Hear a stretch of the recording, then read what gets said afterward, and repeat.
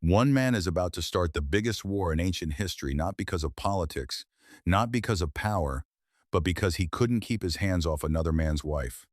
1,000 ships, 50,000 soldiers, all because of one night of passion nobody was supposed to find out about.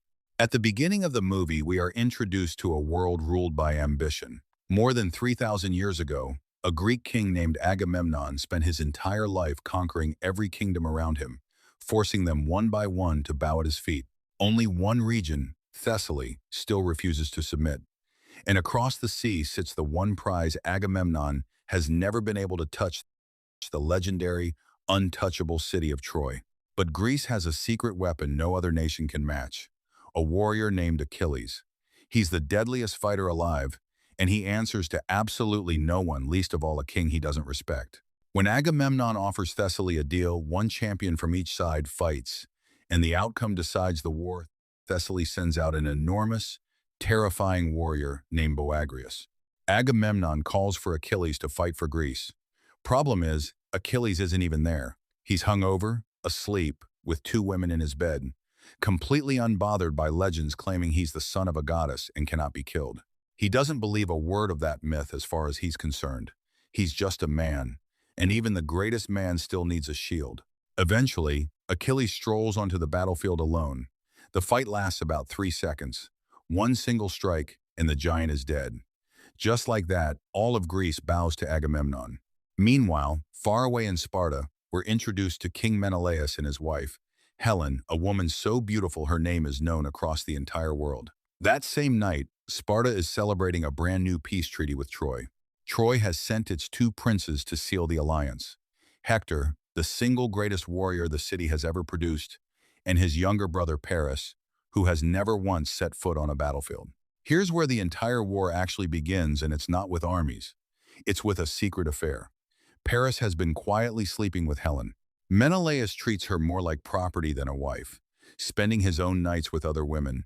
So when Helen falls for Paris, she falls completely, and he falls right back.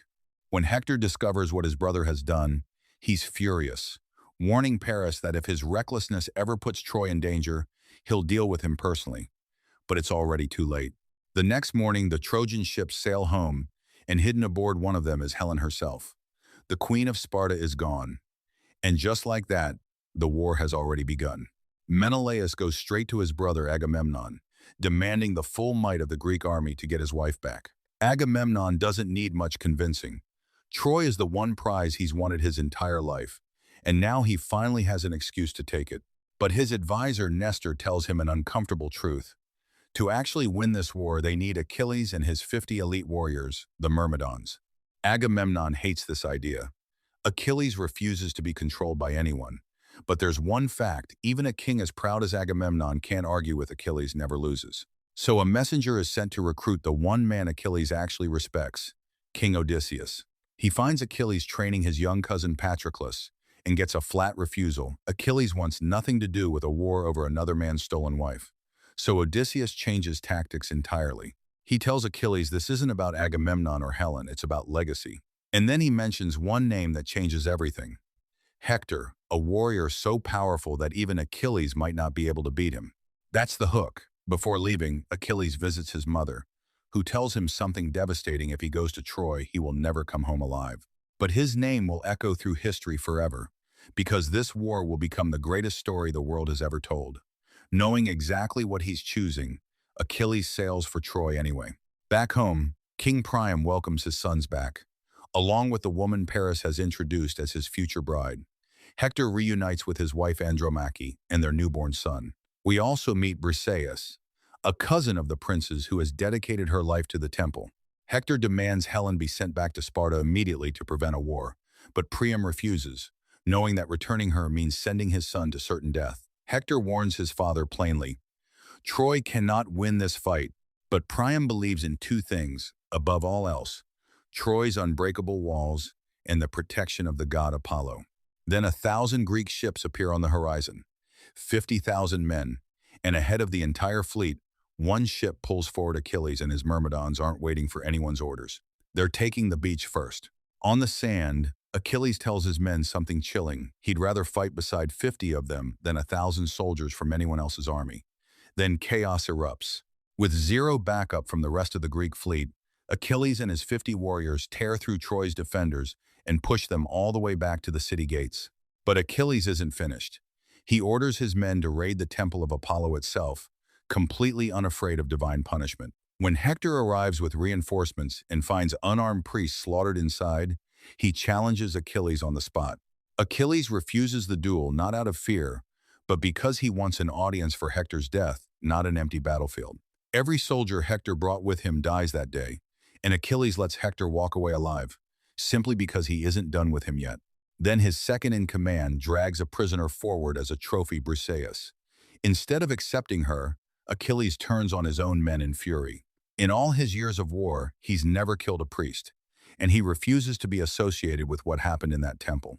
Down at the Greek camp, kings arrive to shower Agamemnon with praise for capturing the beach, even though it was entirely Achilles' doing. Agamemnon then privately tells Achilles a brutal truth. History won't remember a soldier, no matter how skilled. It will remember the king. And then, almost casually, he twists the knife, announcing he plans to take Briseis for himself that very night. Something inside Achilles shifts completely. He's done taking orders from Agamemnon, and he swears that before he dies, he wants to stand over the king's corpse and smile. Inside Troy, the city mourns, but confidence remains high. Their walls have never fallen. Consumed by guilt over what he's caused, Paris makes a desperate decision. He'll challenge Menelaus to single combat the next morning. Winner takes Helen. Priam hands him the ancient sword of Troy for the fight. Andromache is terrified. Knowing full well that Greece didn't sail across the sea just for Paris, they came for blood and for Hector. On his way to find his brother, Hector catches Helen trying to sneak out of the city, ready to surrender herself to stop the killing.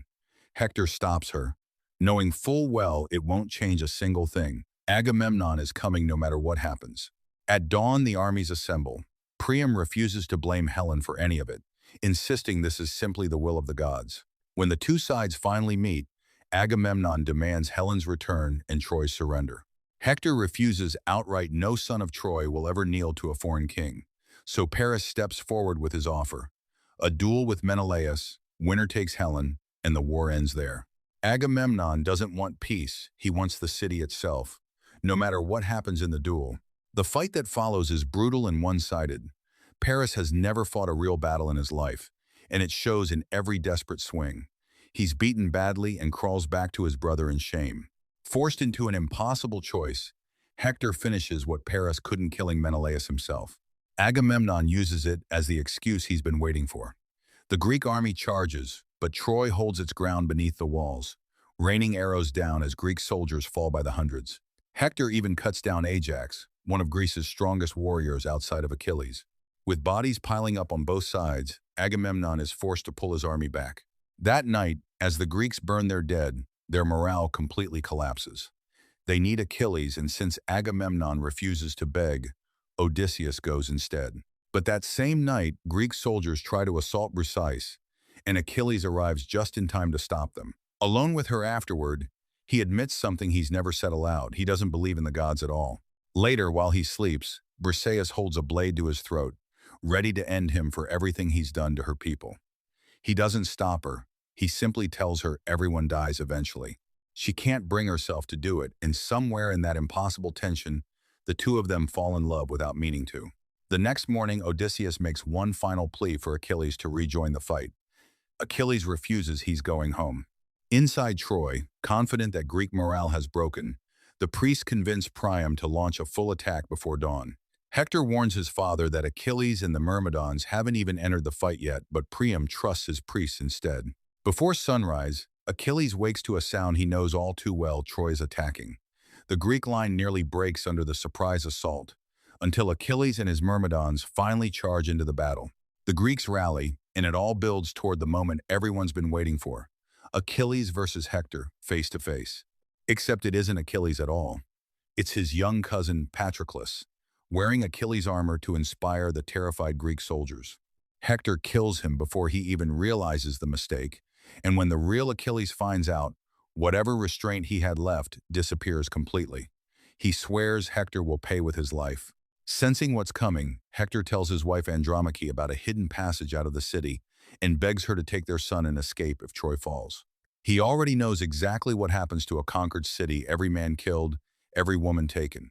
He's preparing to die. The next morning, Achilles walks to the gates of Troy completely alone and calls Hector out by name. Before the fight, Hector says goodbye to his brother, kisses his wife and newborn son one final time, and steps out to face his fate. He proposes one last request: whoever wins should allow the loser a proper burial. Achilles isn't there to negotiate, he's there to kill him. What follows is the fight the entire film and the entire war has been building toward. Two of history's greatest warriors, evenly matched, until slowly, brutally, Achilles gains the upper hand. Hector falls. And in one of the most devastating moments of the film, Achilles ties his body to the back of his chariot and drags it away in front of every horrified soldier watching from Troy's walls. That night, an old man slips quietly into the Greek camp completely alone.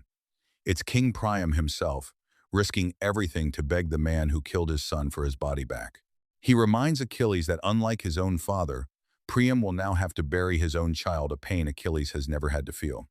Moved, Achilles allows him to take Hector's body, even admitting out loud that Hector was the greatest opponent he's ever faced. He grants Troy 12 days of peace for the funeral, frees Briseis to go home with Priam, and tells the old king he's a far better ruler than the one leading the Greek army. While Troy mourns Hector, something else is quietly taking shape on the beach, a soldier carving a small wooden horse, sparking an idea in Odysseus's mind that will change the course of the entire war. 12 days later, the Trojans wake to find the beach completely empty. Every soldier gone, every ship gone. All that remains is a massive wooden horse, supposedly left behind as an offering to the gods for safe passage home. Paris wants it destroyed immediately. The priests refuse, terrified of angering the gods by rejecting an offering. Priam makes the fatal decision to bring it inside the walls as a trophy of victory. What nobody in Troy realizes is that the Greeks never actually left. Hidden inside the belly of that horse is an entire unit of soldiers.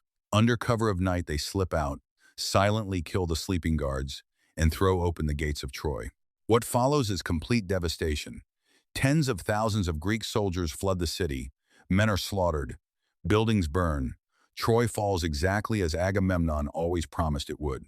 Achilles races through the burning streets, desperately searching for one person, Briseis helping guide survivors toward the hidden escape passage Hector once described.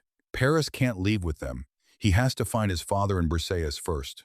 Before disappearing into the chaos, he hands the ancient sword of Troy to a young survivor, telling him that as long as that sword exists, Troy's people still have a future. Then he says goodbye to Helen for what may be the last time. Inside the palace, statues of the gods are smashed to pieces as Greek soldiers storm through. Priam, king of Troy, is killed by Agamemnon himself. Moments later, Agamemnon finds Briseis and moves to kill her, but she strikes first, ending his life instead. As soldiers move in to kill her in retaliation, Achilles arrives just in time to save her. And that's the exact moment Paris takes aim from above and puts an arrow straight through Achilles' one vulnerable spot. Achilles tries to stand as Paris keeps firing arrow after arrow. In his final moments, Achilles tells Briseis that she gave him something he never had in his entire life of war and glory: peace. And then, the greatest warrior the world has ever known is gone. Andromache, Paris, Helen, and the surviving citizens of Troy escape into the mountains as the city burns behind them, carrying whatever remains of their home.